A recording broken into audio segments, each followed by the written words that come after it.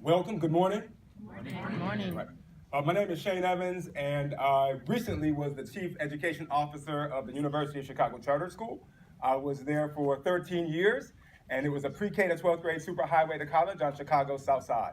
I'm now working on a new endeavor called the Academy Group, which I'll talk about a little bit later, but just wanted to let you know who I was, because you might have just wandered in here for no reason. And so I wanted to tell you a little bit about that. Today we're going to talk about student agency.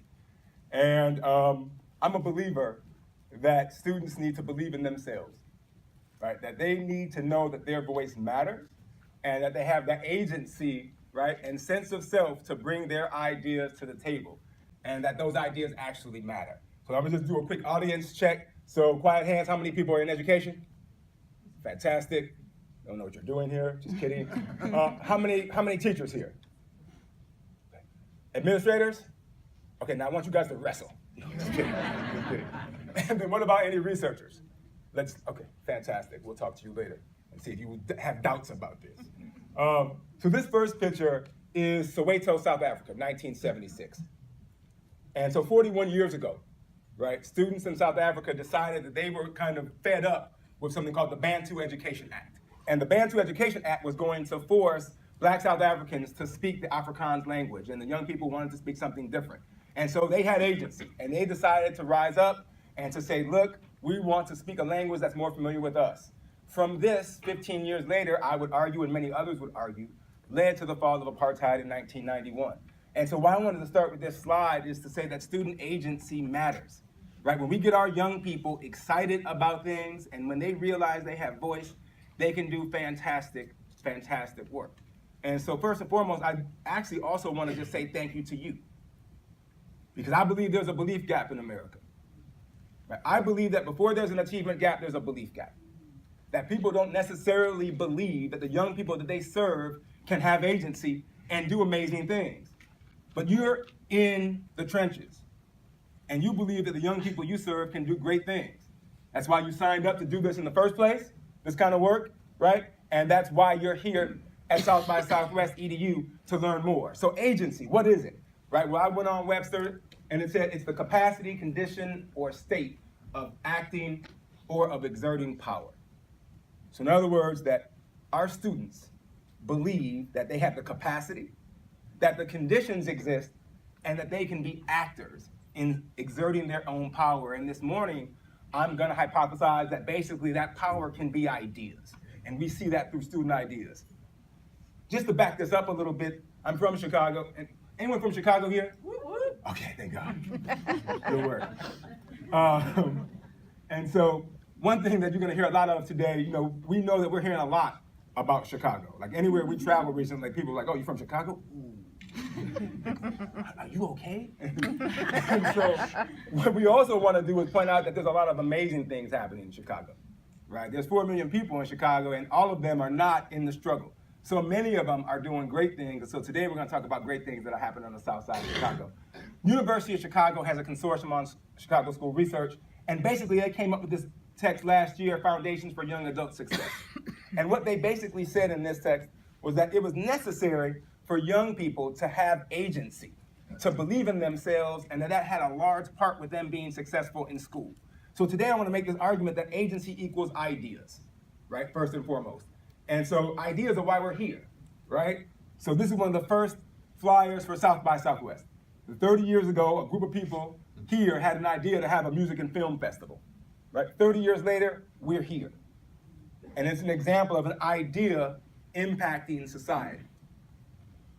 This is my daughter having agency, right? So this is her wearing a tuxedo to her daddy-daughter dance a couple weeks ago. And I was just like, wait, what? And so, I think there were about 300 people there. She was the only young lady in a suit. And so she has agency. And one, I have to just shout her out. And two, it's like at 10, I was scared of everything. And so her sense of agency and feeling comfortable with herself and being able to be different at 10, I'm like just fired up about it. It has probably nothing to do with my parental skills.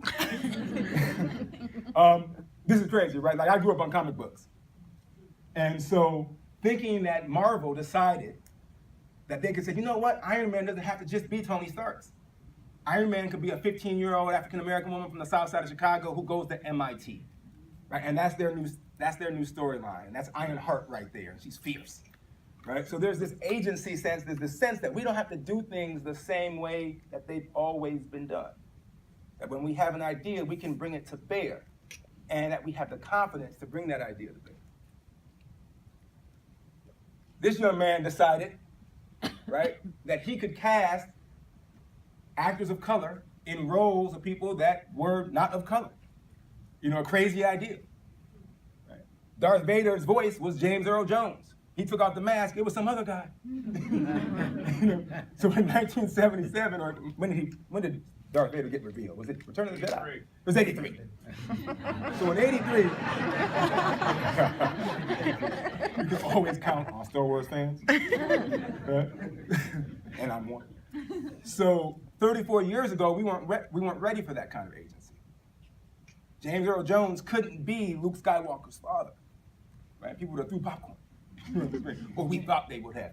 But now, in 2015, we've got a whole different cast of characters playing Alexander Hamilton, right? And it's fierce. It's amazing. This is a group of our high school seniors in 2014, this was like fall 2014, and this is maybe after the second or third police shooting across the nation. Our students, unbeknownst to staff, and I was the CEO at the time, so I'm at my CEO office, right? I'm not even at the school. And so I get a call from the high school principal. It's like, Mr. Evans, I just want you to know the students are sitting in. I'm like, okay, great. You know, what are they sitting in about? Well, they're mad about police brutality. They've called Channel 7. The news is coming out. I'm like, fine, we're good here. So Channel 7 comes out. They get pictures of the kids. The kids feel like it's not impressive enough. Like, no, we're gonna walk out of school. Right? So 150 kids, and we've only got like 620 kids at the school at that time. 150 kids leave the school. And they start marching, which probably is a mile away to this statue, right off the water in Chicago. So the high school principal texts me, and he says, well, Mr. Evans, now we're marching down 63rd Street. And I'm like, oh. I jump in my car, drive over there. I get there, and the kids are like, well, you can't be mad. You said we were supposed to be leaders. Fine. So we march back, we go to the statue, we take pictures, everything is fine. Kids are getting rained on a little bit. They have grit, it doesn't matter. We make it back to 63rd and Stony, and there are 40 police cars.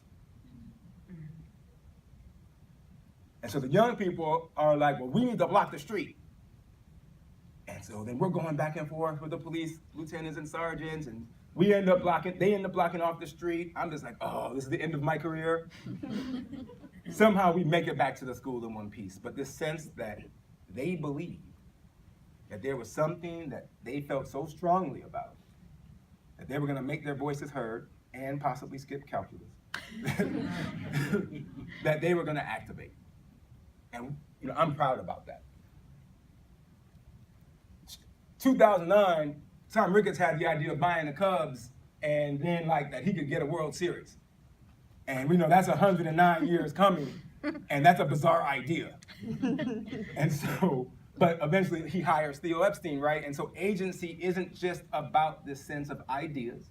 It's not just this sense of belief, but then it's actually having a strategy to bring your belief to bear, right? And then executing off that sense of belief. But what starts it is that your ideas matter. I often talk about Elon Musk. I mean, how many more space rockets is this guy gonna crash? Right? A lot. And Tesla doesn't make any money yet, right? But he has no fear of failure. He just keeps going and going, and the Model 3 is not ready yet, but it doesn't matter because it's gonna be ready in 2018, you're gonna buy it. And so he has no fear of failure. His sense of agency, right, empowers him to do impressive things. And our work as educators then is to make sure that we impress upon our young people, no matter what neighborhood in Austin they come from, that their ideas could matter. Ideas can improve student outcomes, because I know I'm talking to educators, and you all are like, look, I'm gonna get ranked at the end of the year. And the administrators are like, hold on here, that sounds cute, right? But we gotta improve outcomes wherever I'm from. And so, just want to give you an example of how an idea can improve student outcomes. So I mentioned the consortium on Chicago School Research earlier. In 2005, these researchers figured out that if you took a student's 8th grade test scores, students' 8th grade grades, zip code where the students came from, SES of the students' parents, and the highest level of education for their parents. Combine them all, right? Outweighing all of that, the best predictors of high school graduation in Chicago was if students passed their 4 core content areas their freshman year. So if they passed math, literacy, social studies, and science, at most with 1 F in a semester, right, on 1 course. So basically think about 8 total classes. If they passed 7 of their 8, right, semester, they were on track to graduate. And as you see in 2006, that number was 57%. The red number is high school graduation. The gray number is freshmen on track, and then the red number is high school graduation. So you see 63% freshmen on track, 2004 to 2006. 2014, that number's up to 85%. 22% increase in the number of students who are on track to graduate in Chicago. And we've seen the highest increases in African American males and Latino male students, 28 and 21% there. So an idea that we should focus on 9th grade. Then what teachers and administrators started doing was they started running weekly reports on who was on track. And if students weren't, they intervened. Talk to the counselors, talk to their teachers, talk to the student. What do we do to make sure that you pass 9th grade algebra? What are we doing to make sure that you pass 9th grade ELA? And why we've included the high school graduation rate there was sometimes people think, well, maybe the 9th grade teachers were gaming the system, right? Well, now we're tracking 9th grade on track. So the teacher's gonna be a little bit more likely to give a kid a D, right? Well, we didn't see, as you see here, we didn't see much lag. That was magic. We didn't see much lag between the 9th grade on track and high school graduation. So the sophomore and 11th grade and 12th grade teachers wouldn't also have been right motivated to just give a kid a pass because they weren't tracking 10th and 11th grade on track. So it has wings in Chicago. And this idea that the University of Chicago Consortium felt empowered to share with their colleagues then impacts student outcomes. In the Wallace Report, it also mentions, though, that when young people, particularly those from marginalized communities, engage with the world, their capacity to act with agency is constrained. So why I think it's important for us to talk about this is that, of course, the psychometricians at the University of Chicago feel like their ideas matter. And of course, Elon Musk knows that his ideas matter.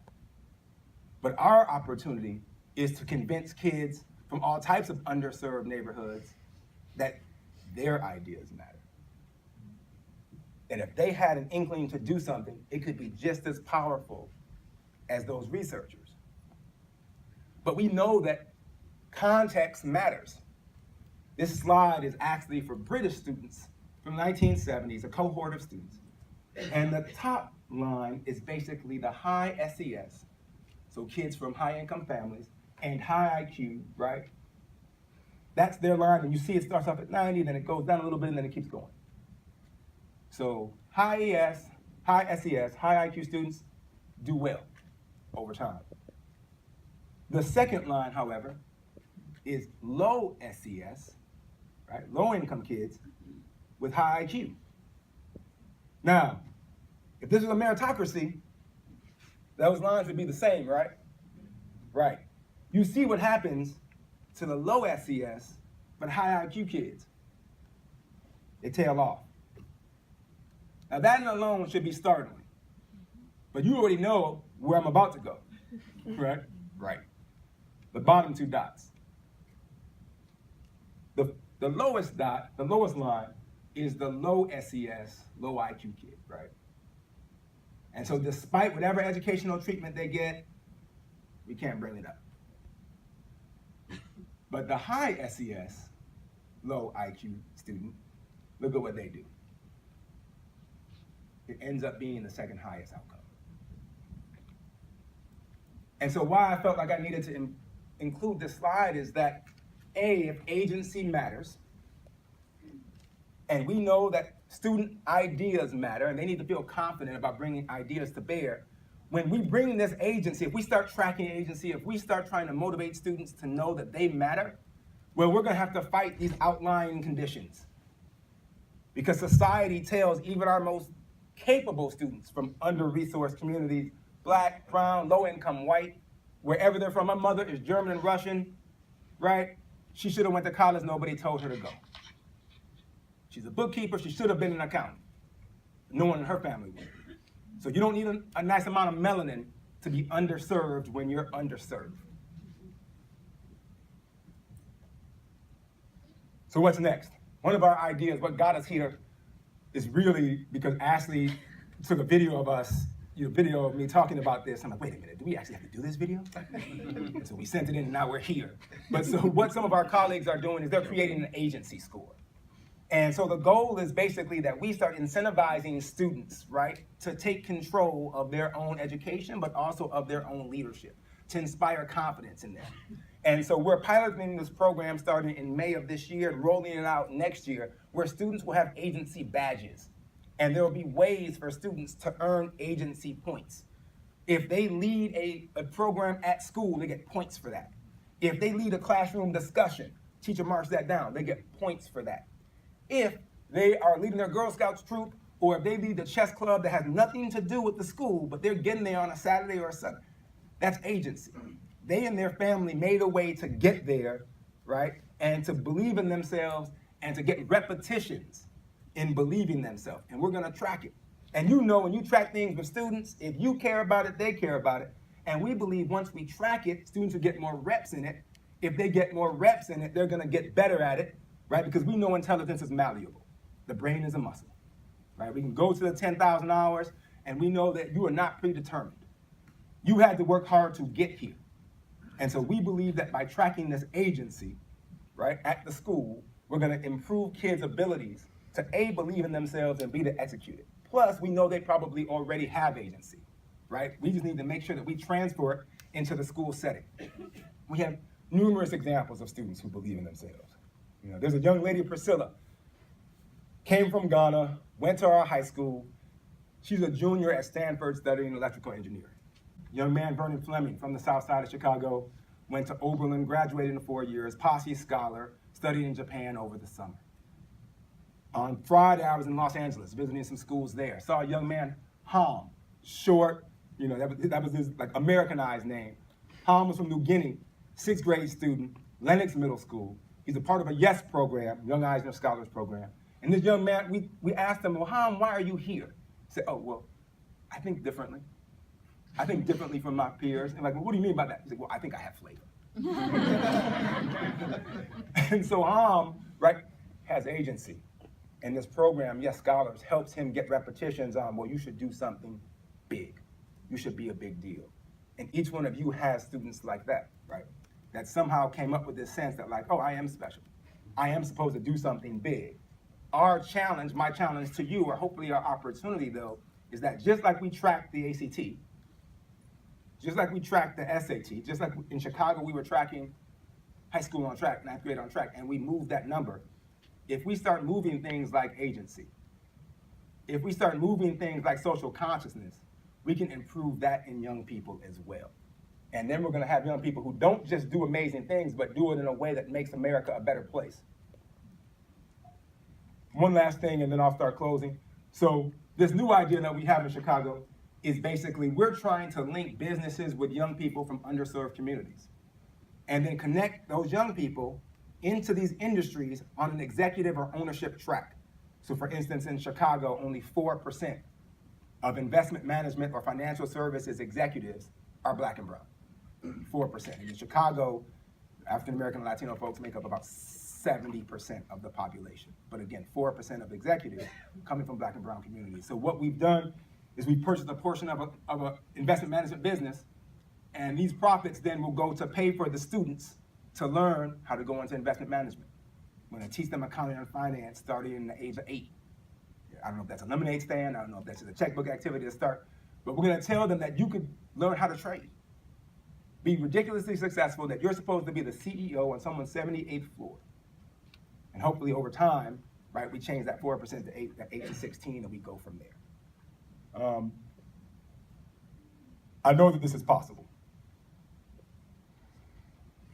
The school system, University of Chicago Charter School, and this is not about charter schools, I'm gonna be clear about this. So that on track, let me make sure, let me double back on that real quick. That on track wasn't charter schools in Chicago, that was all schools. neighborhood public high schools, traditional public high schools. One of the highest high schools in Chicago on 9th grade on track, Hancock. 99% Latino, 70% ESL students. They had a 98% freshman on track rate 2 years ago. They crushed. At Kenwood High School in Chicago, they're past 100% college acceptance. Now they're talking about 100% college graduation for free. So I want to be clear that this is not about a charter versus a traditional public school system. Our small high school in Chicago ended up at 91.5% of our students enrolling in college in 2014, within 16 months of graduation. That made us the #2 high school in the city of Chicago. The first school is Walter Payton College Prep. It's a selective enrollment school. It's serious. It's harder to get into Payton than it is to get into Harvard. So we were 0.2 behind them, not that we're competitive. But fundamentally, we believe, and I bet that you do too, that when we set the right expectations for young people, put clear expectations out for them, put supports targeted to address them in those areas, that they can systematically do fantastic things. So thank you for your time. Have a great conference and continue to believe in our young people. Thank you.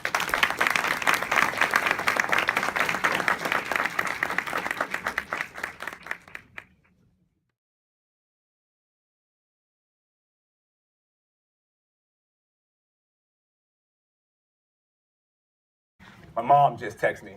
Just told me good luck. So, don't want to let her down. I'm going to button this shirt up. I look a lot more serious right now.